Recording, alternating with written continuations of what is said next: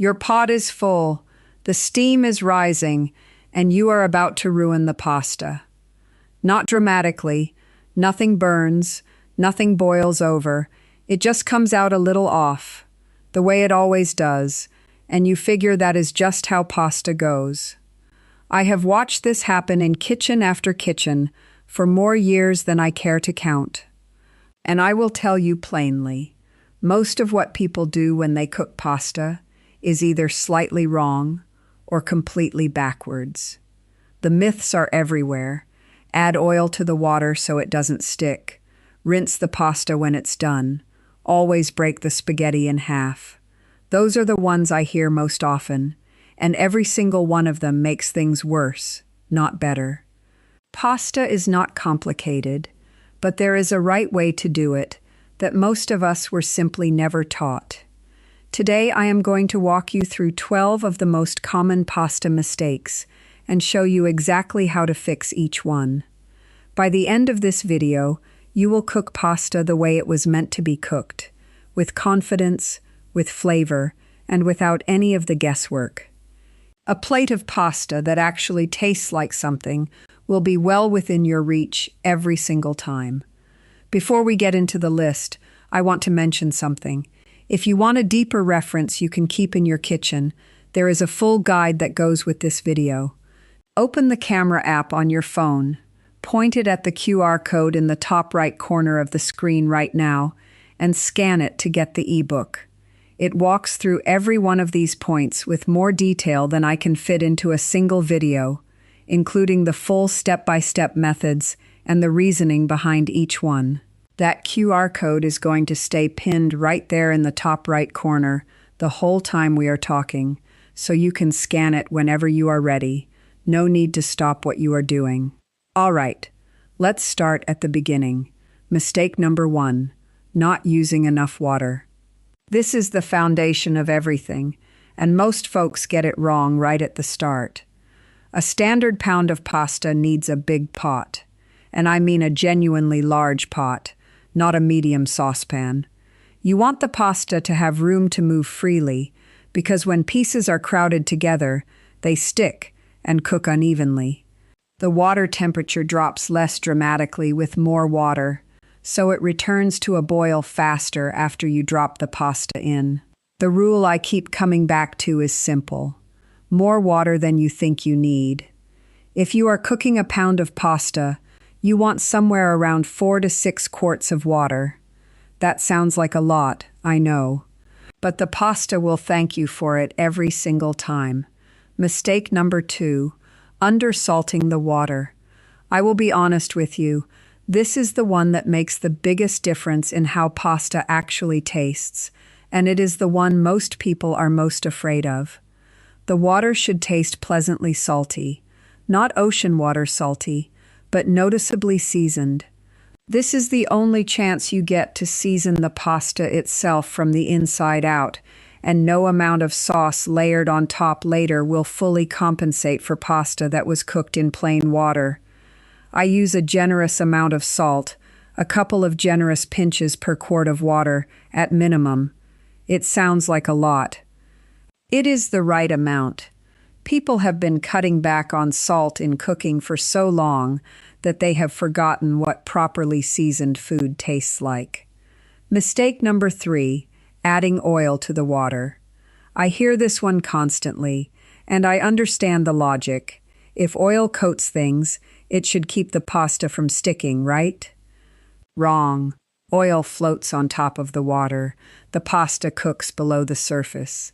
The oil never touches the pasta while it cooks. And here is the part nobody tells you. When you drain the pasta, any oil that does cling to it will coat the surface and make it harder for the sauce to adhere later. You end up with slippery pasta that the sauce slides right off of. Skip the oil entirely. More water, more stirring, and a little patience are the actual solution to sticking. Mistake number 4, breaking the pasta in half. I know this one is going to cause some debate. Long pasta, spaghetti, linguine, fettuccine, is meant to be long. When you break it in half, you do not just change the length. you change how the dish eats. Long pasta wraps around the sauce. It catches differently on the fork. It has a texture and a weight that short, broken pieces simply do not have. And frankly, there is a better way. Ease the pasta gently into the boiling water. As it softens, use a spoon or tongs to gradually push the rest into the pot. Within 30 seconds, the whole length fits. It works every time, and the finished dish is better for it. Now, I mentioned earlier that we would be talking about pasta water, the real stuff, the starchy cooking liquid that most folks pour straight down the drain. Hold on to that thought, because I am going to get to it in just a moment, and it is one of the bigger game changers in this whole list. Mistake number 5, not tasting the pasta while it cooks. The timing on any box of pasta is a guideline, not a law. Every stove is different, every pot is different, and dry pasta varies slightly from brand to brand. Start checking 2 or 3 minutes before the package says it's done. Bite into a piece. You are looking for just a little firmness at the center, what the Italians call al dente, which just means it still has a tiny bit of tooth to it. Pasta that is cooked all the way through in the pot will continue cooking when it hits the hot pan with the sauce. If you wait for it to feel fully done in the water, it will be overdone by the time it reaches the plate. Trust your own teeth more than you trust the clock. Mistake number 6, overcooking the pasta. This follows naturally from number 5. Soft, mushy pasta is one of the most common kitchen disappointments, and it is almost entirely avoidable. I have eaten pasta in restaurants that cost real money and was still overcooked. Pull it a full minute early if you are going to finish it in the pan with sauce, and I hope by the end of this video you always will. Pasta that is slightly underdone in the pot, finished with sauce in a hot skillet for a minute or 2, absorbs the flavor and finishes to exactly the right texture. That is the method. That is the difference between pasta that is merely edible and pasta that is genuinely good. Mistake number 7, rinsing the pasta. This is perhaps the most widespread mistake on this whole list, and it has cost people good meals for generations. When you rinse pasta under cold water, you strip off the thin layer of starch on the surface. That starch is not a flaw. It is the glue that makes the sauce cling to every strand instead of pooling at the bottom of the bowl. Rinsing is appropriate in exactly one situation: when you are making a cold pasta salad and you need to stop the cooking and cool things down quickly. In every other situation, drain the pasta and get it into the sauce immediately. Never rinse.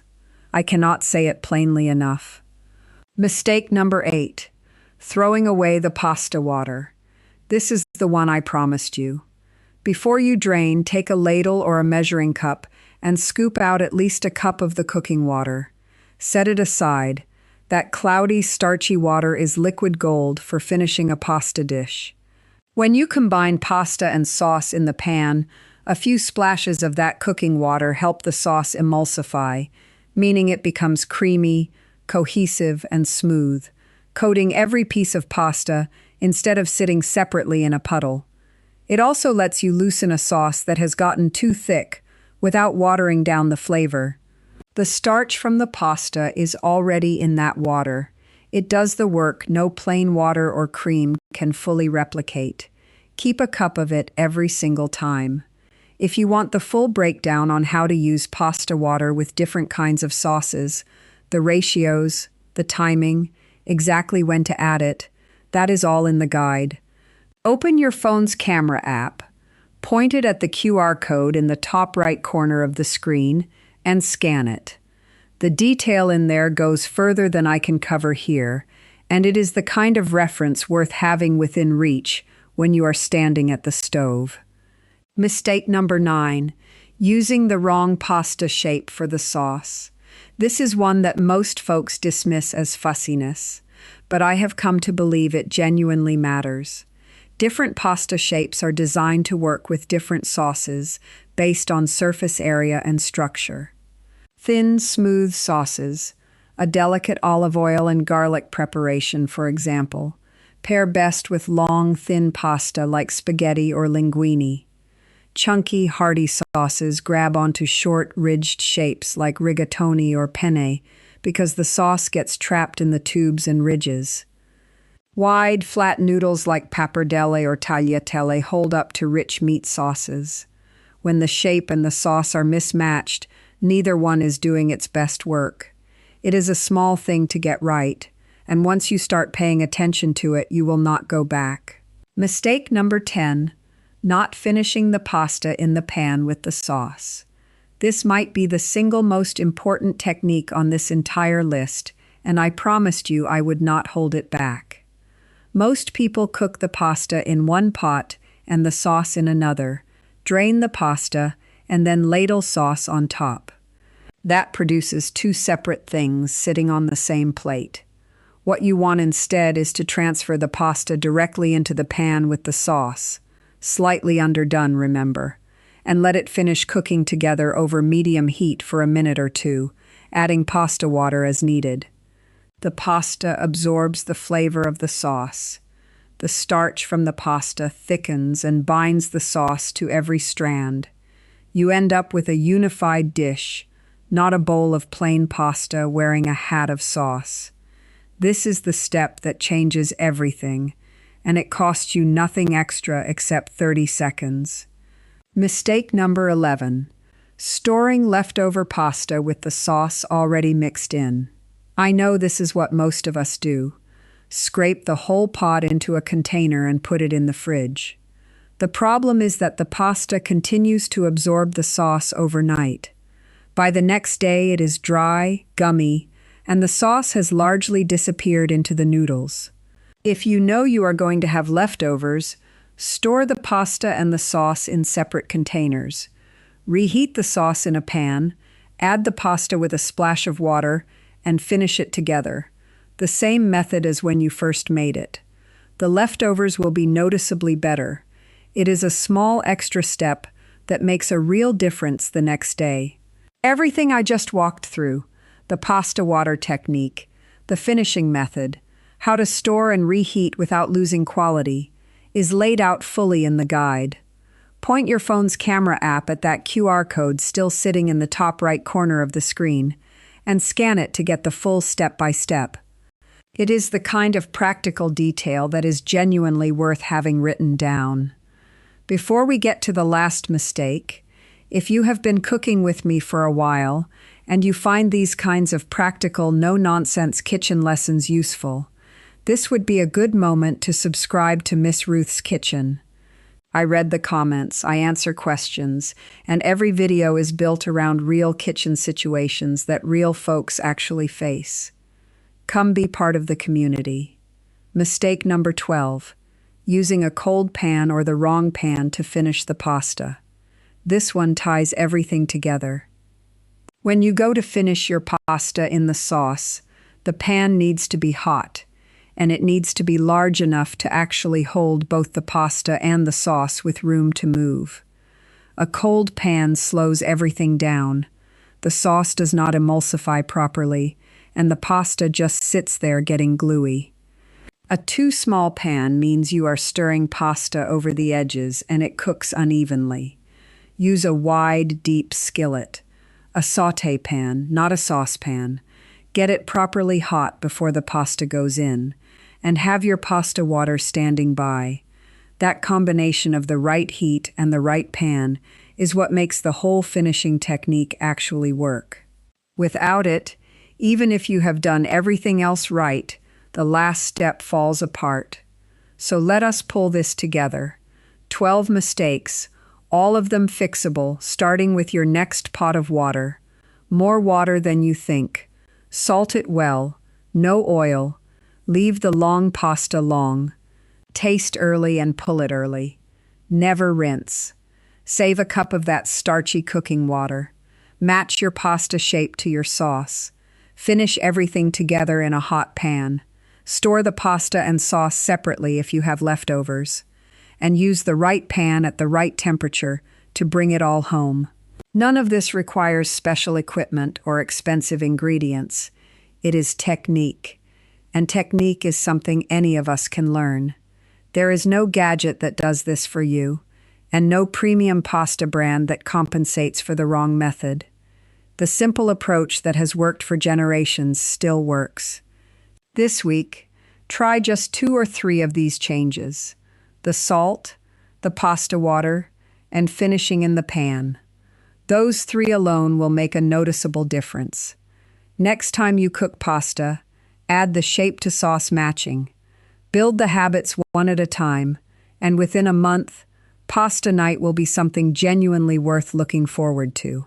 And if you want the full guide to take with you, every technique, every tip, the full step-by-step laid out clearly so you can refer back to it any time. Open the camera app on your phone and point it at the QR code in the top right corner of the screen right now to scan it and get the ebook.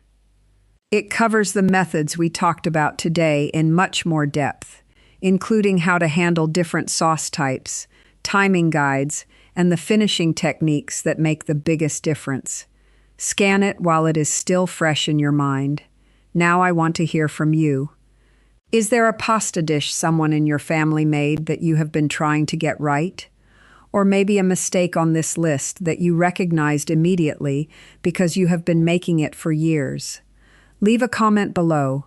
I genuinely enjoy reading them, and sometimes the best tips come right from folks watching at home. Next time, I want to talk about the sauces themselves. The ones that look complicated but are actually fast and made with ingredients you already have on hand. I think you will find that one well worth your time. Thank you for spending part of your day here. I hope the next pot of pasta you make is your best one yet.